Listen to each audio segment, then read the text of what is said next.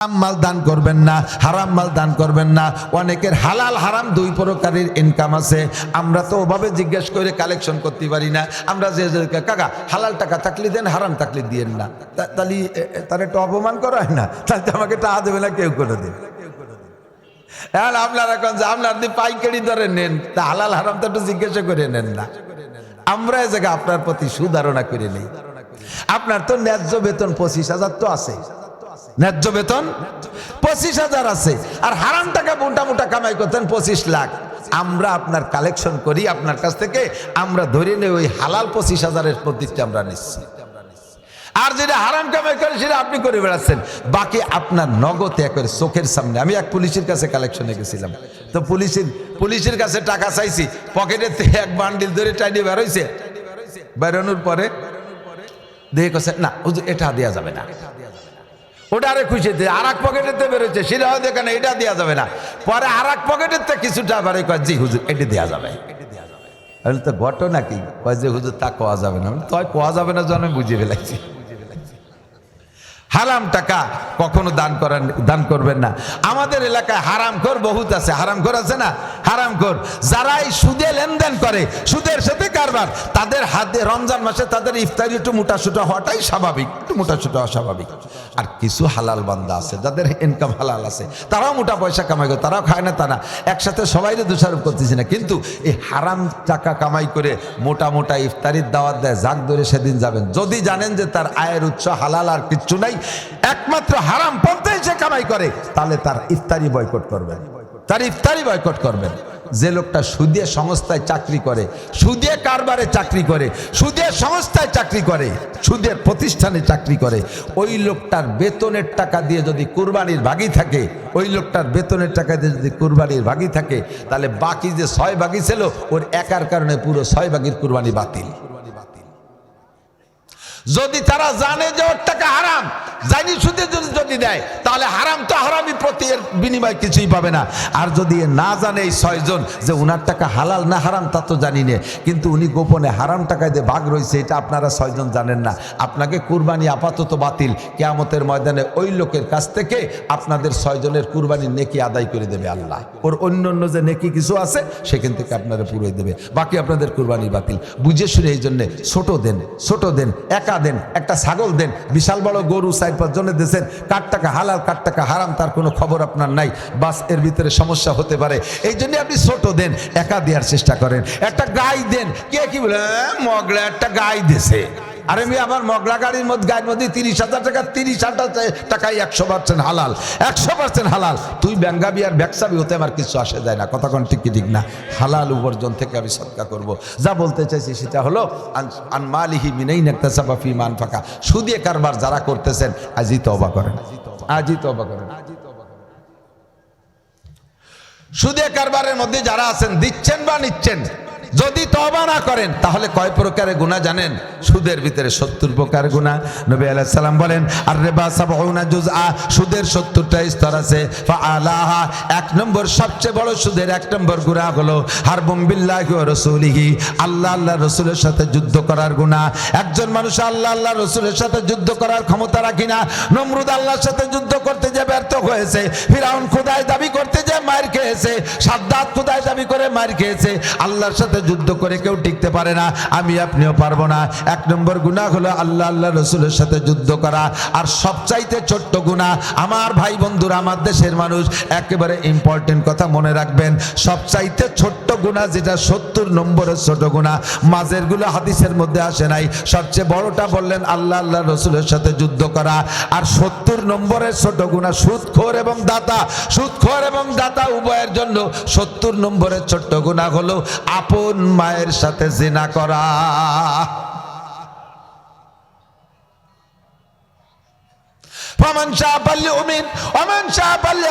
যার মনে চায় মানেন, যার মনে চান না মানেন না, কিচ্ছু আসে যায় না।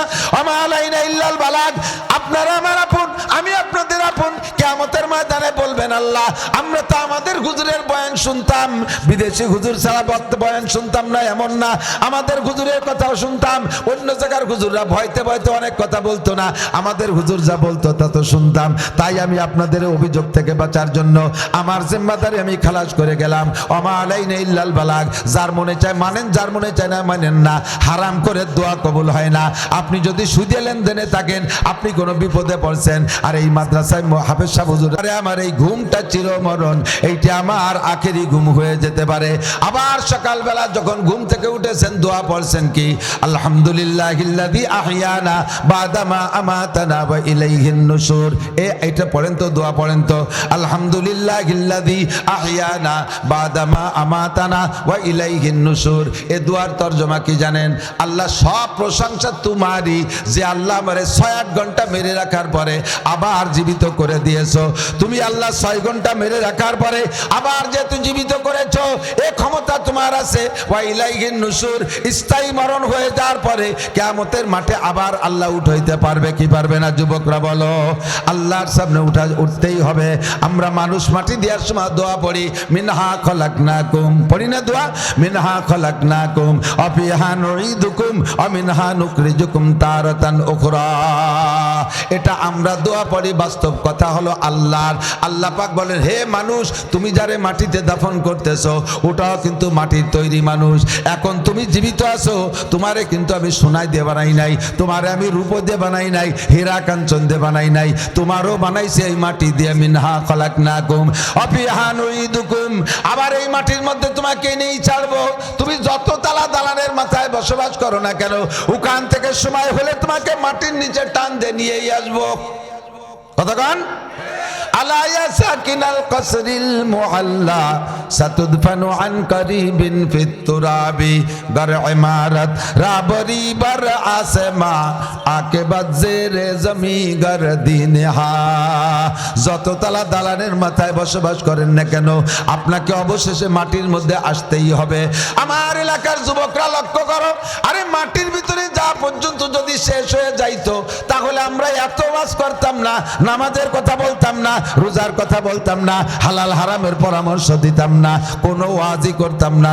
বরঞ্চ আমিও বলতাম, চলো দোস্ত যাই, একটু আনন্দ করে আসি, একটু কক্সবাজার যাই, একটু কুয়াকাটা যাই, একটু সুন্দরবন করমজল যাই, চলো একটু জাফলং তামাবিল বর্ডার দেখে আসি, চলো একটু আনন্দ ফুর্তি করি, চলো বিশ্বের কোন কোন জায়গা নোংরা ক্লাব আছে একটু আনন্দ করে আসি, কোন কোন জায়গা ভালো হোটেল আছে একটু শয়তানি করার দরকার করে আসি, আসো আমরা একটা কনসার্ট করি, গানের আড্ডা করি, আসো যত প্রকার মদ আছে মিলেমিশে খাই।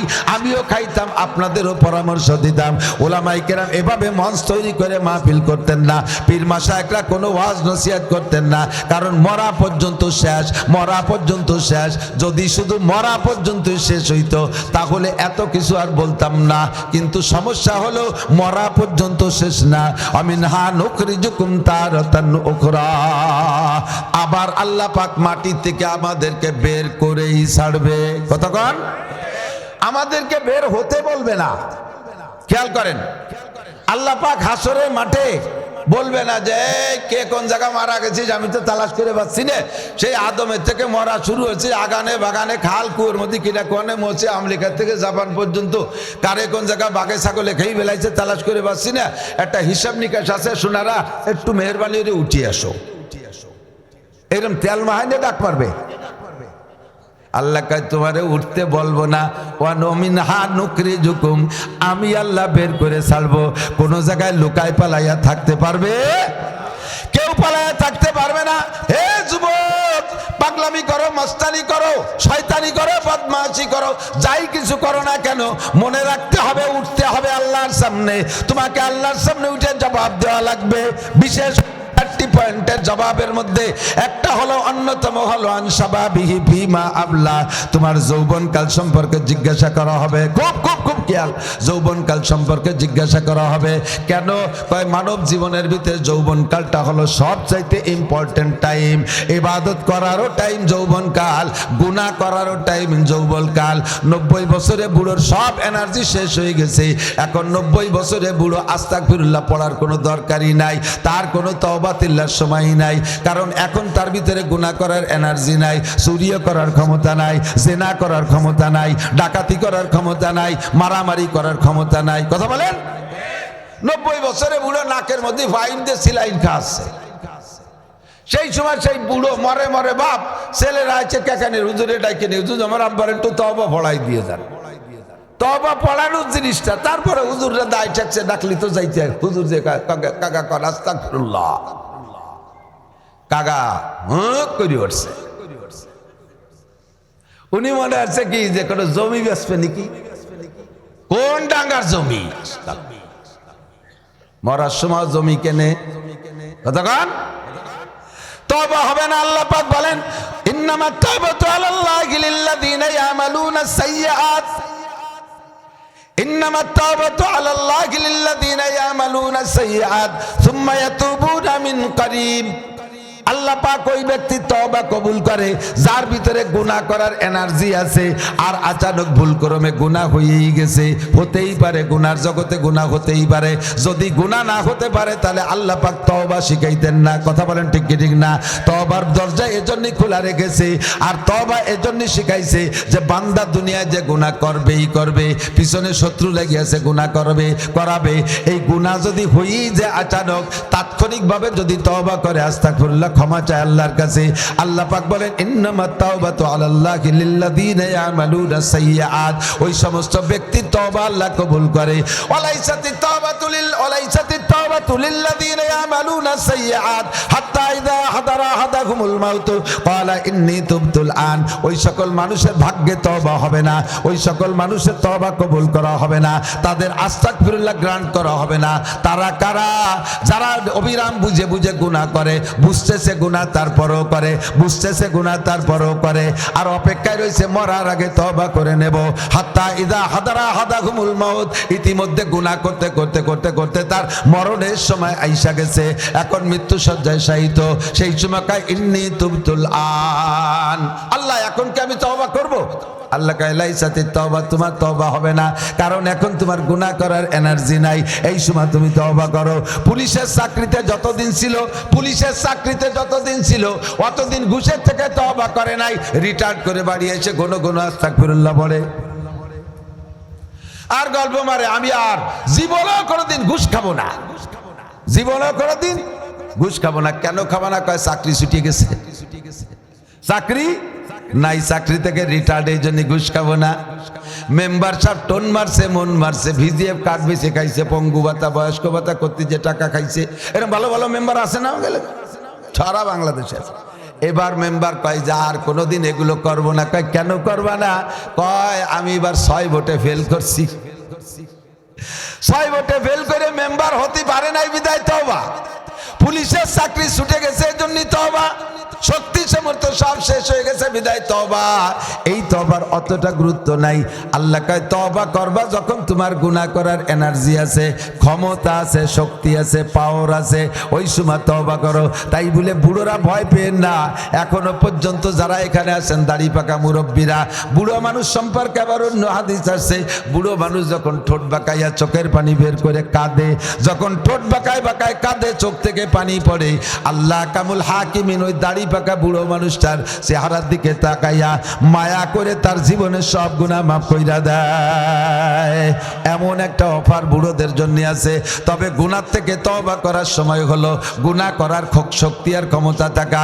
যুবক, তুমি ইচ্ছা করলে এই জায়গা থেকে বাইসাইকেল চালাইয়া 12 কি বলে চৈত্র মাসে যে উড়াকান্দি ঠাউর বাড়ি মেলা মেলে, এই এলাকার মুসলমানরা ওই ঠাউর বাড়ি যায় কি যায় না, বহুত জন যায়, বাইসাইকেল চালায় তুমি উড়াকান্দি যাইতে পারো। যেই যুবক যৌবনকালে শক্তিকে প্রয়োগ কইরা বাইসাইকেল চালায় উড়াকান্দি যাইতে পারো, ও যুবক তুমি অবশ্যই বাইসাইকেল চালাইয়া টঙ্গীর ইজতেমা সরমুনার ময়দানে তুমি যাইতে পারো, গহরডাঙ্গার ময়দানে তুমি যাইতে পারো। রাত 2টে 3টে 4টে পর্যন্ত মেসি আর নেইমার ফুটবলের খেলার ম্যাচ গেছে না, বিশ্বকাপ খেলায় গেছে। এই এলাকার কোনো যুবক যে একটা খেলাও মিস করছে বলে আমার মনে হয় না, যতক্ষণ পর্যন্ত রোগে ব্যাধিতে বিছানায় না পড়ে গেছে। রাত 2টের সময় তুমি ফুটবল খেলা দেখবা, কনকনে শীতের রাত্রে ফাঁকা জায়গায় টেলিভিশন সামনে করে দাঁড়িয়ে আছো, এই ক্ষমতা তোমার আছে। রাত 3টের ম্যাচও তুমি দেখছো, রাত 4টের ম্যাচও দেখছো। ওই 4টের ম্যাচ দেখবা বিদায় আগে যে ঘুমাইছো তাও ঘুমাই নাই, একেবারে সন্ধ্যা রাত থেকে ম্যাচ পর্যন্ত শেষ পর্যন্ত দাঁড়িয়ে আছো। ও যুবক, তুমি রাত 3টে 4টের ম্যাচ দেখার জন্য যদি দাঁড়িয়ে থাকতে পারো, অবশ্যই শেষ রাত্রে ওইটা ঠান্ডা পানি দে অজু বা গোসলের প্রয়োজন হইলে আদায় করে তুমি দাঁড়িয়ে দাঁড়িয়ে তাহাজ্জুদের নামাজ পড়তে পারো। পারো কি পারো না? দাঁড়িয়ে তাহাজ্জুদের নামাজ পড়তে পারো। প্রমাণ হলো তুমি রাতের বেলায় রাত 3টে পর্যন্ত দাঁড়ায় টেলিভিশন দেখেছো। ও যুবক, তুমি বসে বসে কোরআন শরীফ পড়তে পারো সারা রাত। তার প্রমাণ হলো রাত 2টে 3টে পর্যন্ত ফেসবুকে কয়জনে বসে বসে গেম খেলছো, মোবাইলের মধ্যে ফেসবুক দেখছো, আর দুনিয়ার নোংরা ছবি তুমি দেখছো। এগুলো যেহেতু মোবাইলের মধ্যে তাকায় তাকায় দেখতে পারো, অবশ্যই তুমি কোরআনে কারীম তিলাওয়াত করতে পারতা। এই বয়সে তওবা করলে, যৌবনকালে ইবাদত করলে আল্লাহ পাক বেশি খুশি হয়, কারণ বুড়ো কালে মানুষ এমনি ভালো হয়ে যায়। কয়েক বছর আগে আমি দেখে আসছি, আল্লাহ একেবারে সচক্ষে দেখে আসছি, কি বলে শরণখোলা কান্দে পার হয়ে একেবারে শেষ মাথায় রায়েন্দা কয় যেটা রে, বাগেরহাটের শেষ মাথায় সুন্দরবনের গায়ে, ও জায়গায় একটা গ্রাম আছে। ওই গ্রামে মাহফিলে গেছি, মনে নাই, ওখান থেকে 3টে বাঘের মাথা একবার ধরা পড়ছিল। বাঘ ধরে জবাই দিয়ে বাঘের মাথা বিক্রি করছে। সীতারামপুর মোড় বসে, এই সীতারামপুর গেছি, যাই 2 দিন ব্যাপী মাহফিল। আমি মনে করলাম যে যেহেতু মাহফিল দিনের বেলা আসি, সুন্দরবনের ভিতরে ঢুকবো, সুন্দরবনের ঘন জঙ্গলের মধ্যে ভিতরে ঢুকবো বলে ওদের 10-12 জনকে নিয়ে রেডি হয়েছি। আগেতে তো খুব জজবাজে ভিতরে ঢুকবো, কিন্তু যখন ঘন জঙ্গলের কাছে গেছি তখন আর জিভে পানি নেই। আল্লাহ, ঢুকার আগে নদী, ছোট্ট একটা নদীর উপরে বাঁশের চার পার হয়ে যাইতে হবে। আল্লাহু আকবার। ওরা বলতেছে হুজুর, ওই বাঁশের গোড়ায় কয়দিন আগে 1 সপ্তাহ পর্যন্ত একটা বাঘ ওখানে বসা ছিল। মানুষ সামনে দিয়ে চলে যায়, বাঘটা বাহুতে কুলোয় না একটা থাবা দেবে। সামনে দিয়ে হরিণ ঘুরে যায়, বাঘের সাহস নাই, শক্তিতে কুলোয় না একটা থাবা মারবে। এই 7-8 দিন এই জায়গা থাকার পরে বাঘটা মারা গেছে, ফরেস্টাররা নিয়ে গেছে। আজীব হয়ে গেলাম, এই বাঘের সামনে দিয়ে বাঘের চেহারা দেখলে বিটা মানুষের আত্মা কালাইয়া যায়, মানুষ ভয়তে স্টপ করে পড়েও যায়। এই বাঘ এই জায়গায় 1 সপ্তাহ পর্যন্ত কি যে খায় আল্লাহ ভালো জানে, বসে বসে আল্লাহ বিল্লে করে। ওই বাঘটা আগে লাভ দিলে সামনের দিকে 22 হাত যেত, এখন লাভ দেওয়া তো দূরের কথা, একটু নড়াচড়া করার ক্ষমতাও নাই। এখন কুন্দি দিলে পিছনের দিক 3 হাত পিছনে যায়, সেটুকু উঠতে পারে না। কাজেই বৈশা বৈশা আল্লাহ বিল্লে করে, তসবিহ তাহলিল করে। এইটা হলো বয়স হয়ে গেলে। এমন করে বাঘ বলেন আর সিংহ বলেন, হাতি বলেন আর যত বড় প্রাণী বলেন, একসময় তার দুর্বল হতেই হয়। দর জবানি তওবা করদান শিওয়ে পয়গম্বরিস, অর্থে পিরি গুরগে জালেম মিশাবাত পরহেজগার। যৌবনকালে ইবাদত করা নবীওয়ালা স্বভাব, আর বৃদ্ধ হয়ে গেলে রয়্যাল বেঙ্গল টাইগারও পিসাবের কাছে মুরিদ হইতে বাধ্য হয়।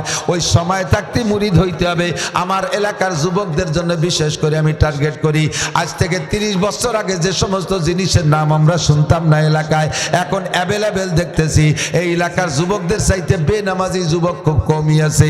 আমাদের এলাকার যুবকরা বেনামাজি বেশি, আমাদের এলাকার যুবকরা গাঁজাখোর বেশি, কতক্ষণ অ্যাবাখোর বেশি, ফেন্সিডিল কর বেশি, পাড়ায় পাড়ায় ডিলার হয়ে গেছে। যুবক যারা গাঁজা এবা ফেন্সিডিল খাও, আল্লাহকে বিশ্বাস করো, হাসে উড়াই দিও না, সেদ্রাই উড়াই দিও না, ধরা একদিন পড়বা। ওলামায়ে কেরাম আমরা সাক্ষী হব ইনশাআল্লাহ। ফাসাওফা তারা ইযান কাশাফাল গুবারো আফারাসুন তাহতা রিজলিকা আম হিমারো। অন্ধকার কেটে গেলে বুঝবা তুমি ঘোড়ার পিঠে বসা না গাধার পিঠে বসা।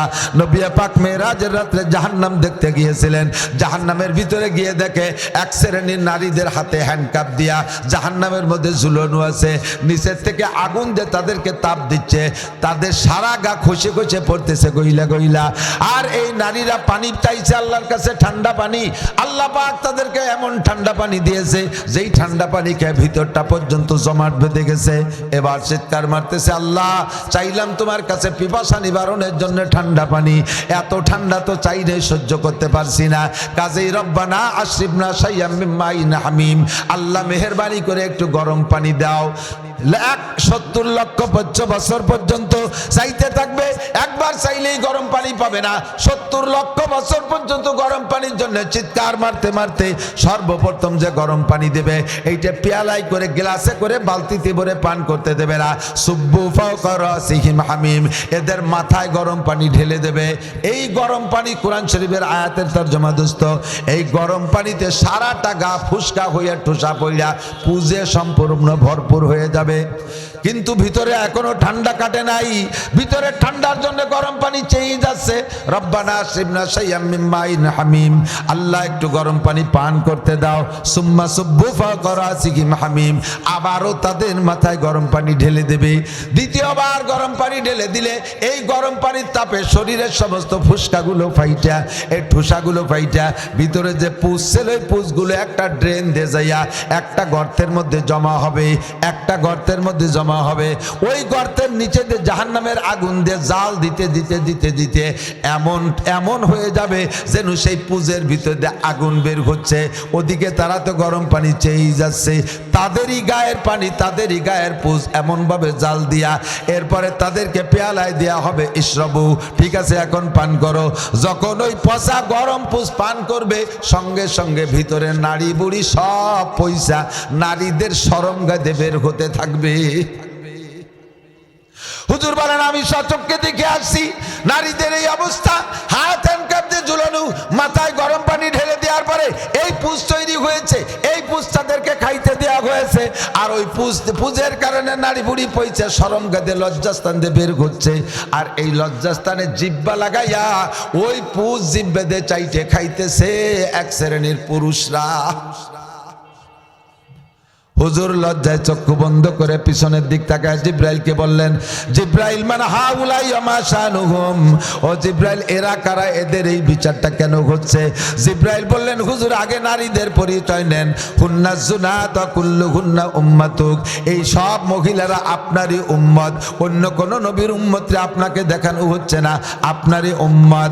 এদের দোষ কি? কয় হুন্না জুনাত, এরা ব্যভিচারিণী নারী, পয়সার লোভে জিনা করেছে, আনন্দ ফুর্তিতে জিনা করেছে, যে দেহ ব্যবসা করে তারা বিভিন্ন ভাবে আনন্দ ফুর্তি করে পয়সা কামাই করেছে। এই সকল নারীদের বিচার, এরা তওবা করে মরে নাই, দুনিয়ার থেকে তওবা করে নাই। অ্যাক্সিডেন্ট হতেই পারে, সাথে তওবার দরজা খোলা আছে। জিন্দেগিতে অ্যাক্সিডেন্ট হতেই পারে নফসে শয়তানের ধোঁকায় পড়া, কিন্তু তওবা করলে আল্লাহ এই বিচারের থেকে মাফ করে দিবেন।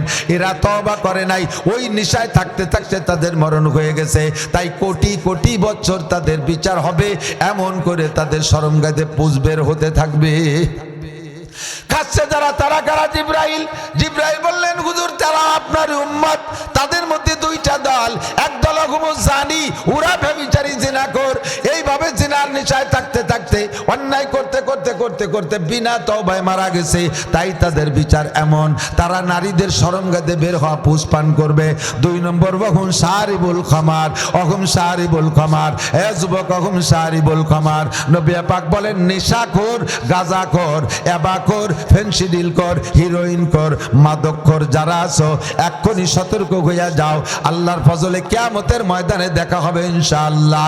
আজকে যদি তওবা করো তাহলে আল্লাহ পাকের ওয়াদা, ফাউলাইকা ইউবাদদিলুল্লাহু সাইয়্যাতিহিম হাসানাত, বিগত জীবনে যত অন্যায় করেছো, এই মর্মে যত অন্যায় করেছো সব গুনাহ আল্লাহ ক্ষমা করে দিয়ে গুনাহ সংখ্যা পরিমাণ নেকি আমলনামায় দিয়ে দেবে। এই তওবা কবুল হয়েছে তার প্রমাণ। যে কথা বলছি, প্রত্যেক ইবাদত কবুলের প্রমাণ তো গুনাহ তওবা কবুলের প্রমাণ। যে গুনাহ থেকে তওবা করেছেন, এই গুনাহ যদি আর না করেন তাহলে বুঝবেন তওবা কবুল হয়ে গেছে। আজকে থেকে আমি কি এই গুনাহটার থেকে তওবা করতে পারি? একটু তওবা করতে পারি? সবাই মিলে একটু হাত দেখাই, কারণ সবাই তো মদ গাঁজা খায় না, বিভিন্ন গুনাহ তো সবাই করি। পড়ি আস্তাগফিরুল্লাহ, আস্তাগফিরুল্লাহ, আস্তাগফিরুল্লাহ রাব্বি মিন কুল্লি যামবি ওয়া আতুবু ইলাইহি, লা হাওলা ওয়ালা কুওয়াতা ইল্লা বিল্লাহিল আলিয়্যিল আযীম।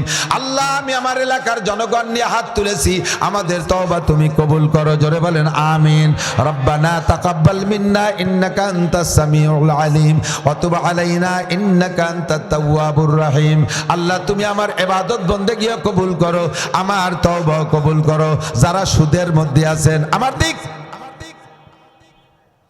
সুদের কারবারের মধ্যে যারা আছেন, সুদ দিচ্ছেন অথবা সুদ খাচ্ছেন। সুদখোর আছে না নাই? কথা কোন আছে? পাবলিক সুদখোর আর সুদ যারা খায় এদের সিস্টেম আলাদা। ওদের কাছে টাকা কর্জ চাবেন, কোনো টাকা নাই। মহা বিপদ পেশ করবেন, কোনো ব্যবস্থা যদি না করেন তাহলে আপনাদের বৌমা মারা যাবে। যখন এই কয় তখন তো একটা ব্যবস্থা করা লাগে, কয় না তারপরও টাকা নাই। একজনের কয়টা টাকা হয়ে গেছে, ওর আবার স্বভাব খারাপ, ও লাভ না দিলে দিতে নিষেধ করছে। সিস্টেম কি? উনার নিজের টাকা সুদের পর দেবে, সেভাবে কয় না। একজনের কয়টা টাকা আমার কাছে ছুঁয়ে গেছে, তার আবার স্বভাব খারাপ। উনার স্বভাব খুব ভালো, উনি সাধ্য হাতে তুলে লাঠি। মনে রাখবেন, ভালো করে মনে রাখবেন, কিয়ামতের ময়দানে যে জিজ্ঞাসাগুলো হবে স্বভাব। 2 নম্বর 3 নম্বর জিজ্ঞাসা আন মালিহি, মাল সম্পর্কে জিজ্ঞাসা করা হবে। মিন আইনা ইকতাসাবা ফিমা আনফাকা, কোত্থেকে কামাই করেছো, কোথায় খরচ করেছো। আপনি বলবেন আল্লাহ আমার ইনকামের মধ্যে কোনো সমস্যা নেই। তুমি শুনলে আশ্চর্য হয়ে যাবা। আল্লাহরে ভুলো বলা দিচ্ছে।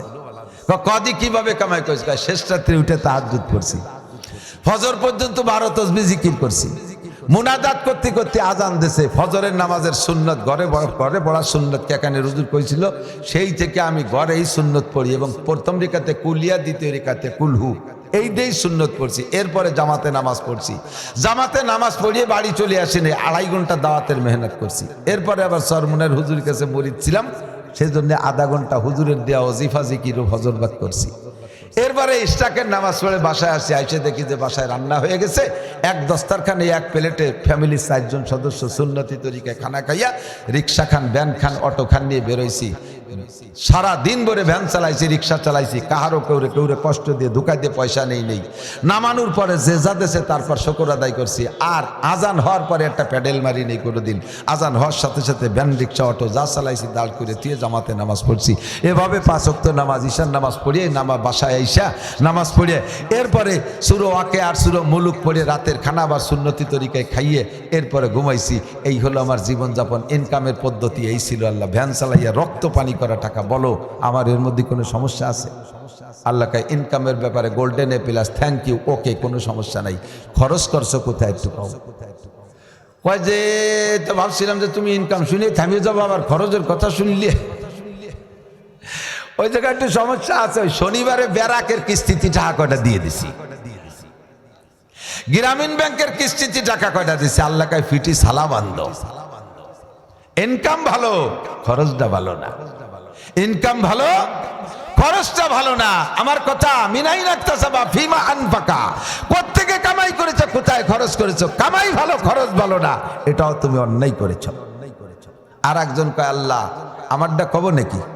কয় যাই তো কও যে তোমারটা কয়। আল্লাহ আমার খরচের কথা শুনলি তুমি আর অধিক চাবাই না।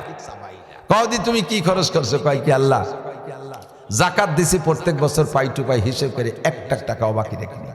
কুরবানির সময় বড় বড় 4টে গরু কিনে জবাই দিয়ে মাত্র 5 কেজি আমরা রান্না বান্না করে খাইছি, সব গ্রাম করে দান করে দিছি।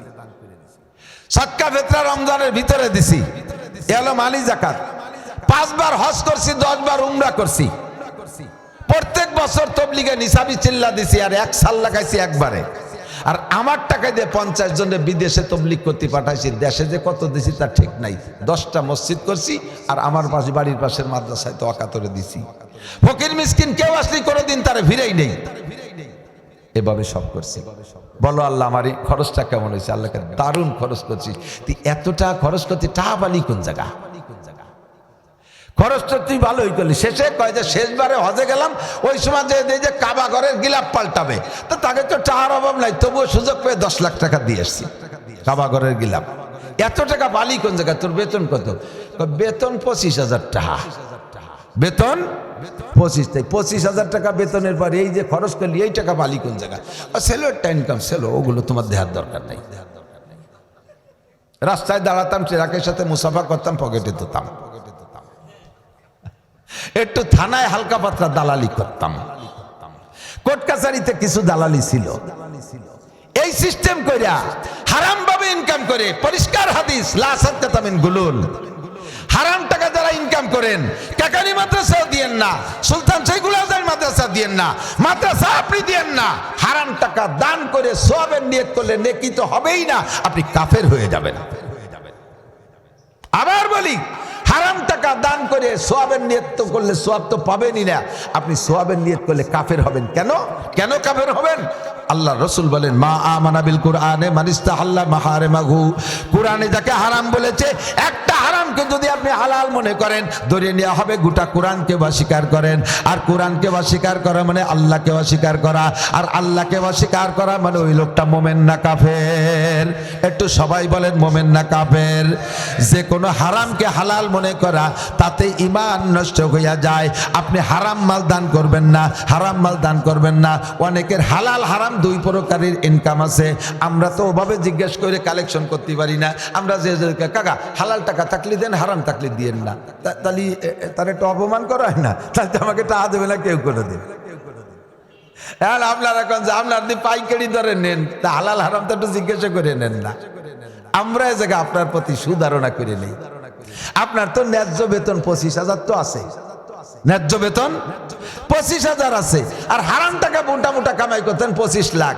আমরা আপনার কালেকশন করি আপনার কাছ থেকে, আমরা ধরে নেই ওই হালাল 25,000-এর প্রতিটা আমরা নিচ্ছি। আর যেটা হারাম কামাই করে সেটা আপনি করে বেড়াচ্ছেন। বাকি আপনার নগদ করে চোখের সামনে। আমি এক পুলিশের কাছে কালেকশনে গেছিলাম, তো পুলিশের কাছে টাকা চাইছি, পকেটের থেকে এক বান্ডিল ধরে টাইনি বেরোইছে। বেরোনোর পরে দেখে কছে, না হুজুর এটা দেওয়া যাবে না। ওটা আরে খুশি দিয়ে আর এক পকেটেতে বেরোচ্ছে, সেটাও দেখে না, এটা দেওয়া যাবে না। পরে আর এক পকেটের থেকে কিছুটা বারে কয়, জি হুজুর এটা দেওয়া যাবে। তো ঘটনা কি? কয় যে হুজুর তা কোয়া যাবে না। তাই কোয়া যাবে না, যেন বুঝে ফেলাইছি। হারাম টাকা কখনো দান করবেন না। আমাদের এলাকায় হারামখোর বহুত আছে। হারামখোর আছে না? হারামখোর যারা এই সুদে লেনদেন করে, সুদের সাথে কারবার, তাদের হাতে রমজান মাসে তাদের ইফতারি একটু মোটাসোটা হওয়াটাই স্বাভাবিক, একটু মোটাসোটা হওয়া স্বাভাবিক। আর কিছু হালাল বান্দা আছে যাদের ইনকাম হালাল আছে, তারাও মোটা পয়সা কামাই করে, তারাও খায় না, তারা একসাথে সবাইরে দোষারোপ করতেছি না। কিন্তু এই হারাম টাকা কামাই করে মোটা মোটা ইফতারির দাওয়াত দেয়, যাক ধরে সেদিন যাবেন। যদি জানেন যে তার আয়ের উৎস হালাল আর কিচ্ছু নাই, একমাত্র হারাম পন্থায় সে কামাই করে, তাহলে তার ইফতারি বয়কট করবেন, তার ইফতারি বয়কট করবেন। যে লোকটা সুদে সংস্থায় চাকরি করে, সুদে কারবারে চাকরি করে, সুদের সংস্থায় চাকরি করে, সুদের প্রতিষ্ঠানে চাকরি করে, ওই লোকটার বেতনের টাকা দিয়ে যদি কুরবানির ভাগই থাকে, ওই লোকটার বেতনের টাকা দিয়ে যদি কুরবানির ভাগই থাকে, তাহলে বাকি যে 6 ভাগই ছিল, ওর একার কারণে পুরো 6 ভাগের কুরবানি বাতিল। যদি তারা জানে যে ওর টাকা হারাম, জানি সুদে যদি দেয়, তাহলে হারাম তো হারামই, প্রতি এর বিনিময় কিছুই পাবে না।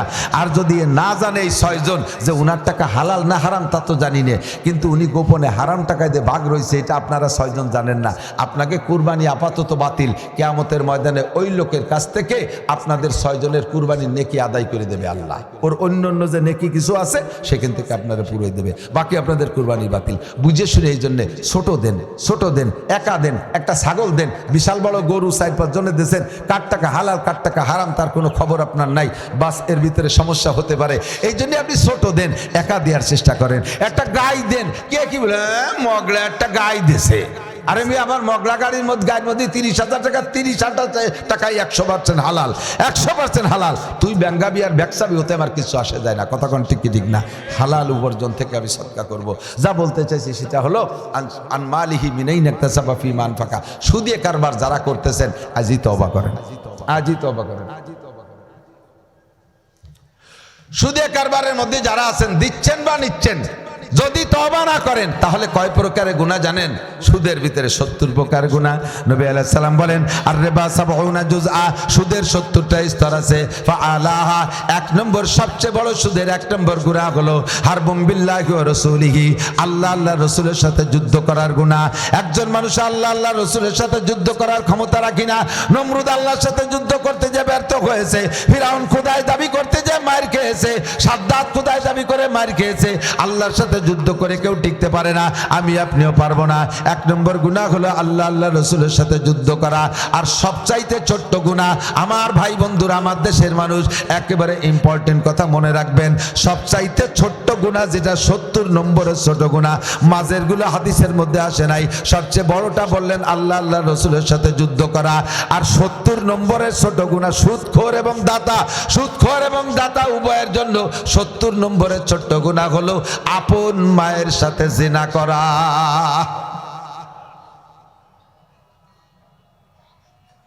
ফামান শাআ ফালইউমিন ওয়া মান শাআ ফালইয়াকফুর, যার মনে চায় মানেন, যার মনে চান না মানেন না, কিচ্ছু আসে যায় না।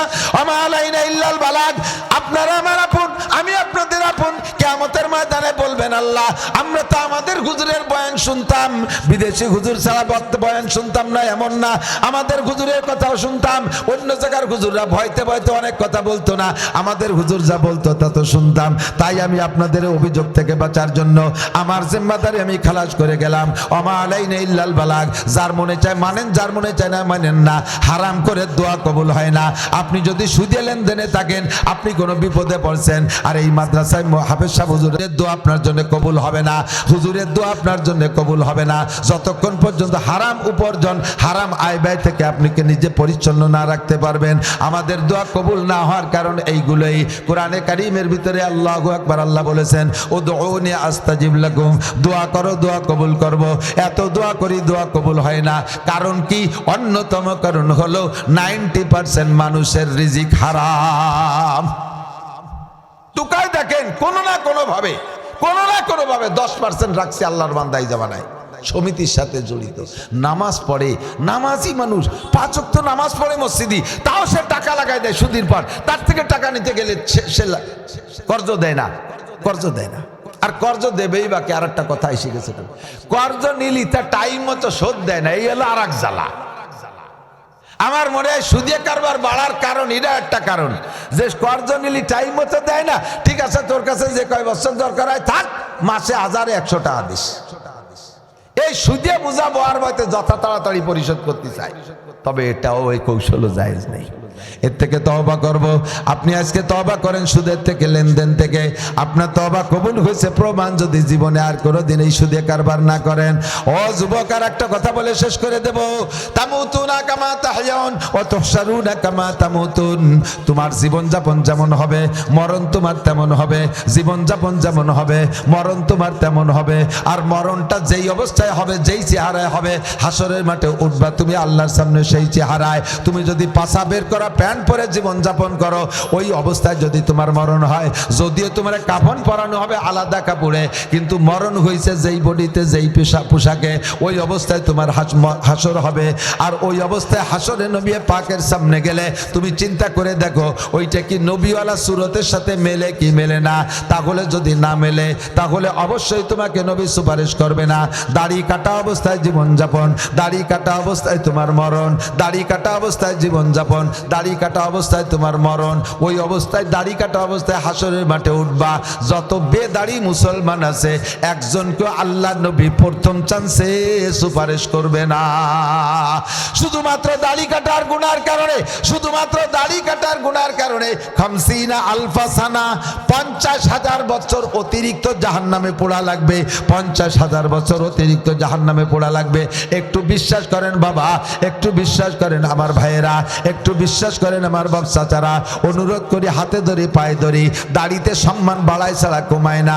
যতদিন আপনার দাড়ি ছিল না, অতদিন মানুষে আপনাকে সালাম দিত কম। যখনই দাড়ি রাখবেন যুবক মানুষ, মানুষের মুসলমান হিসেবে চিনতে সহজ। আগ সাক্ষাতে আপনাকে একটা সালাম দেবে কি দেবে না? প্যান্ট শার্ট টাই কোট পরা অবস্থায় আপনাকে সম্মান শ্রদ্ধা করে না, সালাম দেয় না।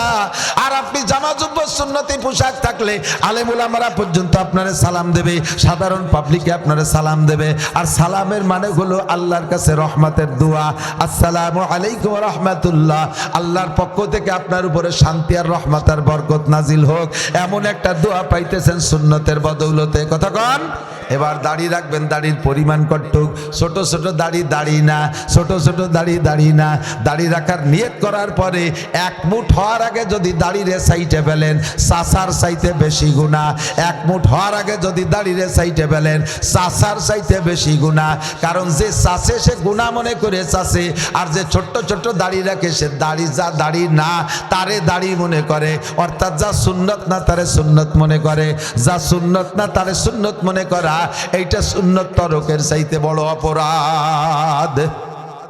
এজন্য দাড়ি যারা রাখছি পরিমাণ মতো লম্বা রেখে ফেলবো, সুন্নতি পোশাকের পাবন্দি করব।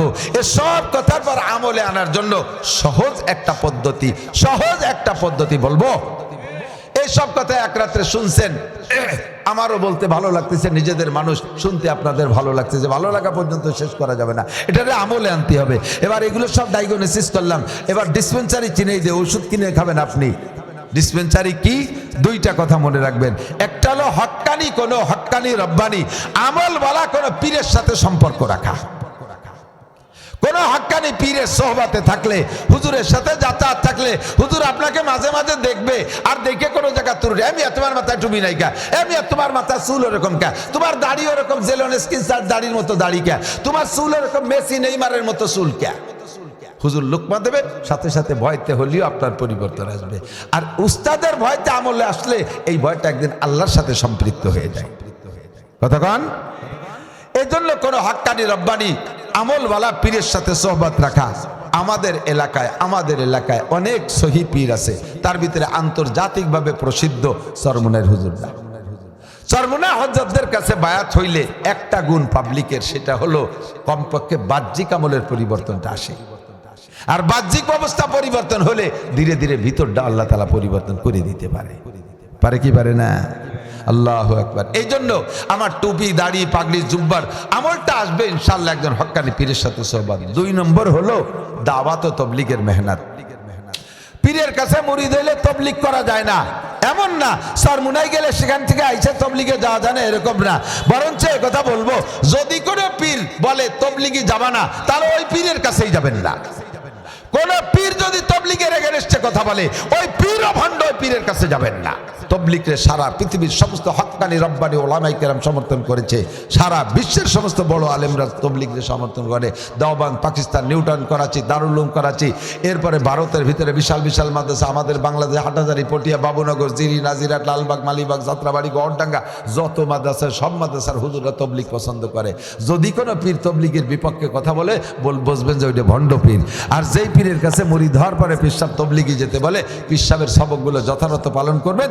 আর তাবলীগে যাইয়া আমলগুলো একটু প্র্যাকটিসে আনতে সহজ হয়, প্র্যাকটিস হয়, ওর মধ্যে গেলে প্র্যাকটিস হয়, সরাসরি আমলের প্রশিক্ষণ দেয়। আল্লাহ পাক রব্বুল আলামিন আমাদের সকলকে সহি তরিকায় চলার জন্য আমাদেরকে আল্লাহ তাআলা তৌফিক দান করে, সবাই বলেন আমিন। আজকে ঈশার নামাজটা বা জামাত এখানে আদায় করব, এটা কারা কারা রাজি আছেন? একটু আল্লাহকে হাত দেখাবেন, ধোকা দেবেন না, আল্লাহকে হাত দেখাই। একটু আজকের ঈশাটা এখানে জামাতে পড়বেন, আজকে ঈশার নামাজটা এখানে জামাতে পড়বো তো ইনশাআল্লাহ। বড় জামাতে, মোবারক জামাতে নামাজ হবে। আর আমরা স্থানীয় যারা তাবলীগ করে তাদের সাথে সম্পর্ক রাখবো। আমাদের প্রাণপ্রিয় কেকানিয়া মাদ্রাসা, আমাদের প্রাণপ্রিয়, আমরা সাইরিয়াবাই মাদ্রাসার ছাত্র, হুজুর আমাদের সাইরিয়াবাইয়ের উস্তাদ, আর হয়তো আমাদের ছেলেদেরও উস্তাদ হয়ে যাবে ইনশাআল্লাহ। আমার ছেলেরা তো হাফেজ হয়ে গেছে, যাইতে পড়ে এখন তো মাশাআল্লাহ। আমরা এলাকার হাজার হাজার ছাত্র, সারা বাংলাদেশ না সারা পৃথিবীর যত দেশে আলেম উলামা গেছে, এই কেকানিয়া মাদ্রাসার ছাত্র সে জায়গা আছে। আমরা মন দিয়ে মাদ্রাসাকে ভালোবাসবো, মাদ্রাসাকে খেদমত করব, অর্থ দিয়ে সাহায্য করব, রাজি আছি তো ইনশাআল্লাহ। হুজুরের এই প্যান্ডেল মাইক টাইক জড়ায় যে খরচটা হয়েছে, আমরা এত মানুষ যদি 100 করে টাকাও দেয়, তাও কিন্তু এই খরচটা হয়ে যাবে ইনশাআল্লাহ, এই খরচটা হয়ে যাবে। এটুকু আমরা দিতে পারবো না ইনশাআল্লাহ? উঠবেন না, 2 মিনিট মাত্র 2টা মিনিট সময় দেন। ছাত্ররা একটু ভিতরে যাবে, একেবারে নগদ হাত কালেকশনে ছাত্ররা একটু ভিতরে যাবে। ছাত্ররা কই? আসো ছাত্ররা, আসো, নেমে পড়ো, যাও ছাত্ররা। কেউ উঠবে না, যে উঠবে বুঝলো যে মাদ্রাসার বিপক্ষের, আমি তারে সবাইরে চিনিয়ে দেবো যে এই যে একটা শত্রু যায়, দাইয়ে দেখাই দেবো। একটু কালেকশন হবে, প্রত্যেকের পকেটে 100, 200, 500, 10, 20, 50 নগদ এইটা দেবো। আমাদের প্রাণপ্রিয় কেকানিয়া মাদ্রাসা, প্রাণপ্রিয় কেকানিয়া মাদ্রাসা। আরে সুলতান শাহী গোড়াদার মাদ্রাসায় কেকানিয়া মাদ্রাসার শাখা। একসময় 2টে মাদ্রাসা মিলে একটা ছিল, এইটা ছিল হেফজখানা, ওইটা ছিল জামাতখানা। পরে কেকানি তালা সবাই সম্মিলিতভাবে আমাদেরকে হেফজখানা করার অনুমতি দিয়েছে, তাই আমরা করছি। বাকি আমাদের মূল মাদ্রাসা এইটা, মুরব্বী মাদ্রাসা এইটা, এ কথা জীবনেও অস্বীকার করতে পারবো না। এই মাদ্রাসার কোনো কম হয়ে গেলে এটা আমার খুব কষ্ট পায়, খুব কষ্ট পাই।